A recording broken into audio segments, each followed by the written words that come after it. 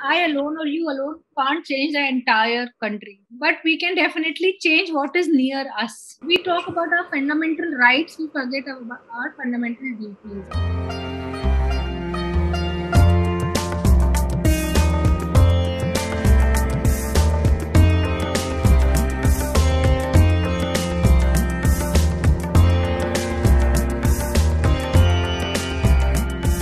Hello and welcome.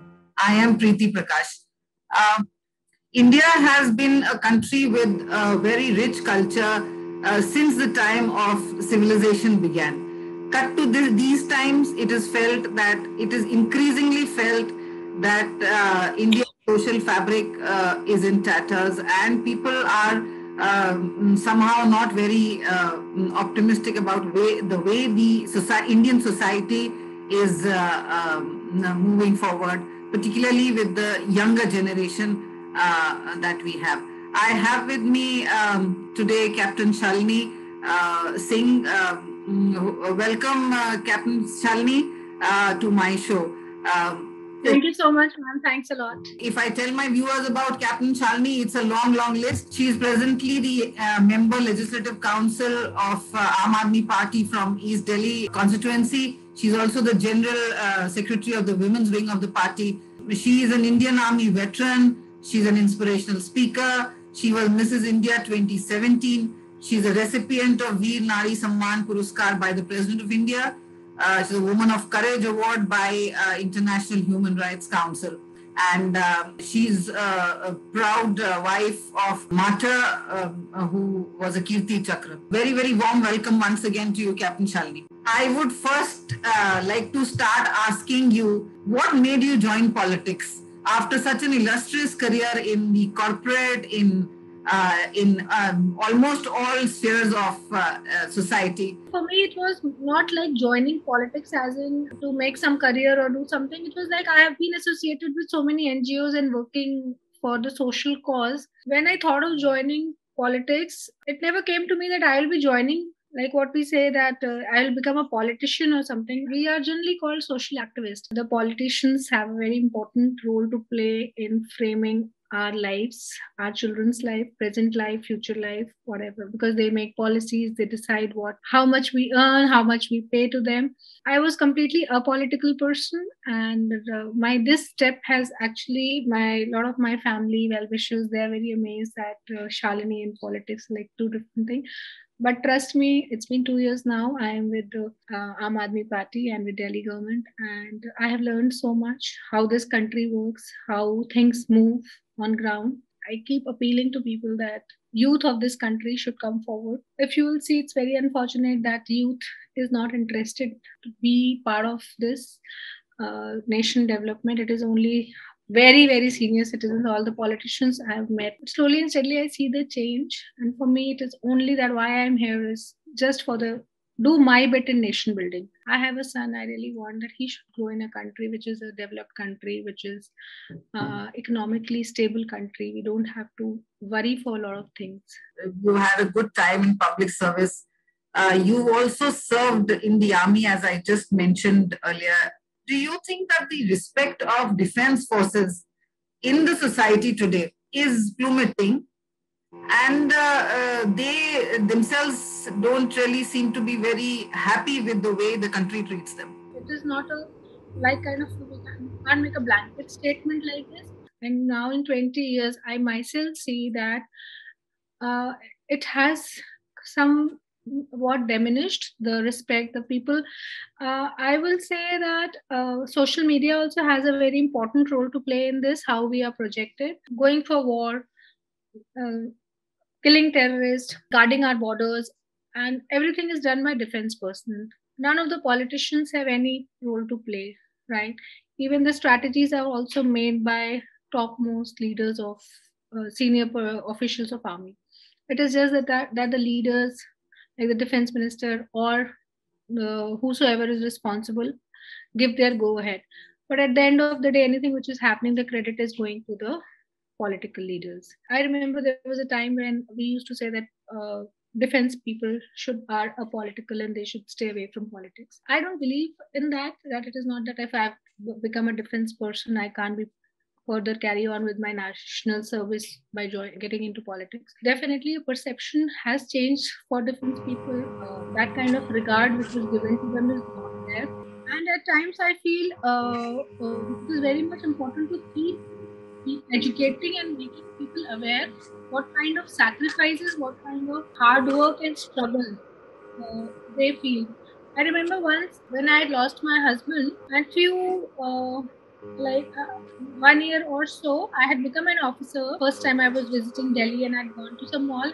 I did not have that happy self inside me to go visiting Delhi for the first time. It was like, yes, I will go. And everybody was like so chilled, it still sits in my head that the civil population, they are not even bothered what is happening at the borders, what is happening to the families who are losing their soldiers in war.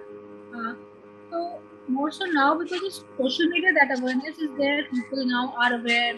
They are now passing on their condolences.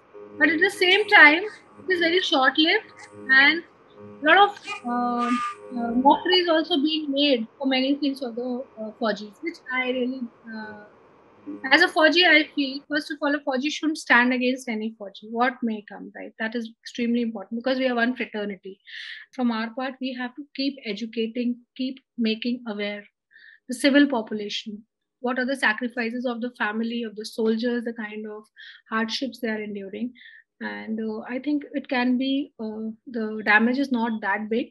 We can definitely undo it by putting the right steps forward. Does that mean that the problem lies within and not actually without? So it's not more of a civil military kind of relationship. It's more the problem has to be addressed within. If I am not respecting my own self, I can't expect outside world to respect me. Right? If I am not respecting my colleague who is a Fauji, or if I am not giving that required respect to my junior co-worker who is a Fauji, then how do we expect outside world to do? And it is vice versa.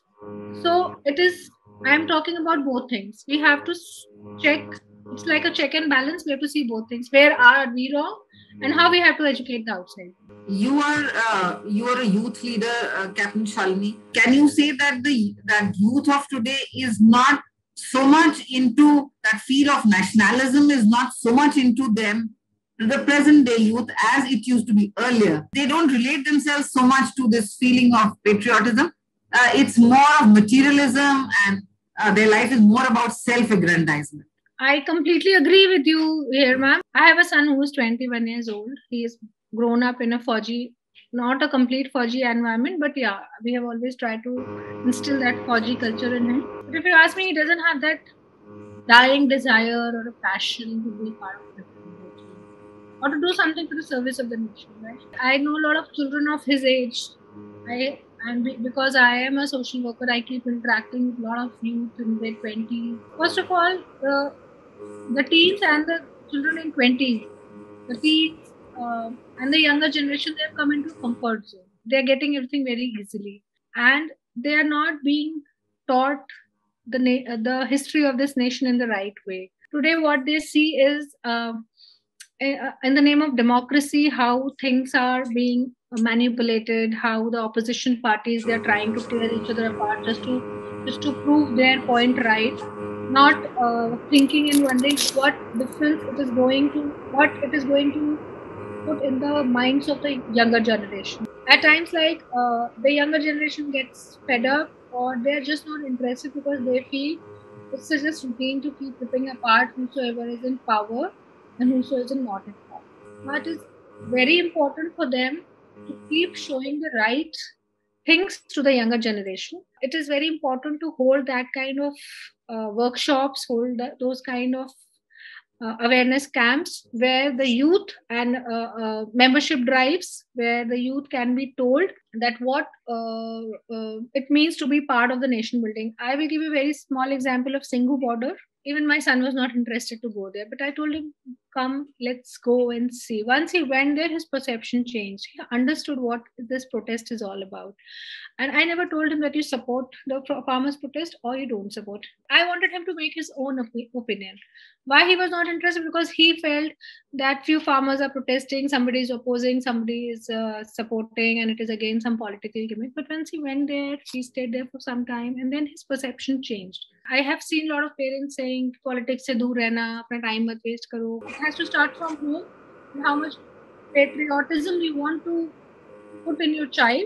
And patriotism shouldn't be that the child is completely finished, he doesn't have any other thought process. Patriotism means that anything you do, like if I'm moving on road and there is some garbage is lying on road, if I put it in trash and put it in the trash can, that is also one step towards nation building. So again, as I said in my previous answer, it is about check and balance and how much we as parents and we as the elder generation, we want our youth to contribute towards nation building. It's very important for us to take that responsibility and show them the right path. Now, you have two aspects to your personality. One is presently as a politician, and one is maybe say as an ex-army officer. If I ask you from both the perspectives that the problems that our country is facing, I will not call myself a politician, as a social activist. I will like to say that, I'm very much concerned about my country. I don't know why, but I was very young when I lost my husband. And when I received his body in a coffin, what first thing I was handed over was our tricolor in which he was wrapped. And I think that was the first time I held the tricolor with some different purpose. What symbolizes to me. Right? It symbolizes sacrifice, it symbolizes selflessness. You forget everything and you do your part for the country. I think very regularly used words in our country. हमें क्या करना, जिसको फर्क पड़ता है वो करेगा. Even if 1,500 people are getting benefited from one policy, they feel why should we waste our time? Somebody else will do it and we will get benefit out of it. They definitely want the benefit, but they don't want to take that, which is not. We talk about our fundamental rights, we forget about our fundamental duties. We have few fundamental duties which we are very much responsible. If we say we are paying our taxes and this is my right, so you are getting a lot of privileges being an Indian citizen, so you have few duties also to put in. But slowly and steadily it is changing, though I'm trying to meet a lot of people and it is changing. So second, as an army officer, as an ex-army officer, what problem I feel? So for my troops, I feel very strongly because I am a Fauji's life, I'm a martyr's life, and I have served in the forces myself. Our troops, the defense forces, soldiers, be it the Army, Navy, Air Force, they're putting in real hard work to guard us, to keep us safe so that we stay peaceful. Now, it is our responsibility, it is our duty to take care of them, to think about them, and try and keep this country united. They are guarding the borders without thinking of any caste, creed, religion. So, as citizens inside, it is our responsibility that we should not have internal conflicts. We should not be divided with caste, creed, and religion and whatever. So, I see the problem with our troops that they at times are left clueless. They are being dragged into one side. Some are pulling them on to the other side. This should not happen. Even the martyrs, are maybe just remembered briefly when they are either awarded or their sometimes anniversary comes. Otherwise, they are generally a forgotten lot. So, like in our country, what is the problem is, ma'am? We associate ourselves with fictional characters like our Bollywood and Hollywood and all those things. But we do talk about our national heroes who sacrifice a lot of things for their motherland, even our heroes who are alive and who are, like, it's not only martyred soldiers, even our living soldiers that have wonderful stories with them and they have been awarded for the gallantry. We should try and put their stories in our school syllabus. We should try and talk to children about it. We should try and name things on their name. A guy who has played some fictional character in the movie, he gets a place of God. but a real life hero who has given up his life for guarding you, guarding your family. He's just remembered on one day, as you said, on his death anniversary or 26 January and 15 August, and it is all done and out. So I think that mindset has to change. We have to start associating ourselves with our real life heroes. We should understand their hard work. We should understand their. It's very important that we should be very conscious of the struggle they are putting each and every day for their survival, so that we survive. So it is very, very important that we constantly keep reminding us. Maybe if I just like to put up a last question to you, that how will you want to bring change in the society? What would you suggest? So, ma'am, it is, how very simple line I say, practice before you preach. What I speak, I follow that in letter and spirit. I alone or you alone can't change the entire country, but we can definitely change what is near us. We can definitely change till where we can extend our arms. So it will take little bit of effort to reach out to something where our arm is not going, but if we just push ourselves or pull ourselves a little bit more, we can pick that thing where an arms can reach. Whatever is around us, we know what is right and wrong. We know what is ethical and unethical. Nobody says that I don't know what ethics is, and anything. If you are cheating your own self is unethical. If you feel that I'm cheating some other person and he will not come to know, you are cheating your own self also, right? I do something good, I involve you. You do something good, you involve someone else, and that is how this chain will go ahead. And what is important is that everybody has to understand that I alone can't change anything, you alone can't change anything, but we all can do our bit, and then we can become one big family, one big team to bring that change. Till date I'm able to follow what I preach, and I'm hopeful that I will continue doing that. In case you remember some interesting event of your life, which you like to share with us. There has been so many stints in my life that there are a lot of interesting things, but I will tell you from the beginning where it started. Like when I lost my husband and I thought of joining the army, it was like within a month of his demise, martyrdom, I thought of joining the army. So a lot of people thought I've gone into mental trauma, and this is maybe because of the tragedy. I'm talking nonsense things that I want to join the army. I'm so delicate. So a lot of my relatives and well-wishers who were there, they were saying, "Yeah, you are so weak. How can you join? Sit at home. Everybody will take care of you. Why don't you want to bother yourself?" And then, but I went ahead with my whatever thought process was, and I became an officer within 1 year of my husband's martyrdom. 20 days short of his first death anniversary, I wore my uniform. And the same people that told me, "See, I knew you were so strong, you could do it. Only you could have done it. Nobody else could have done it." So I laughed so much at that time that they are the same people who felt that I can't do it. I should be sitting, and how the perception changes. So at times we wait for other people's approval to do things. So it is important that if we feel very strongly for something, and if we want to go ahead, we should go ahead. See, success and failure is not in our hand, but giving it a try and doing something is in our hand. So I feel very amazed even today, and those relatives are still very much in touch with me, and now so I am a symbol of strength and icon for them.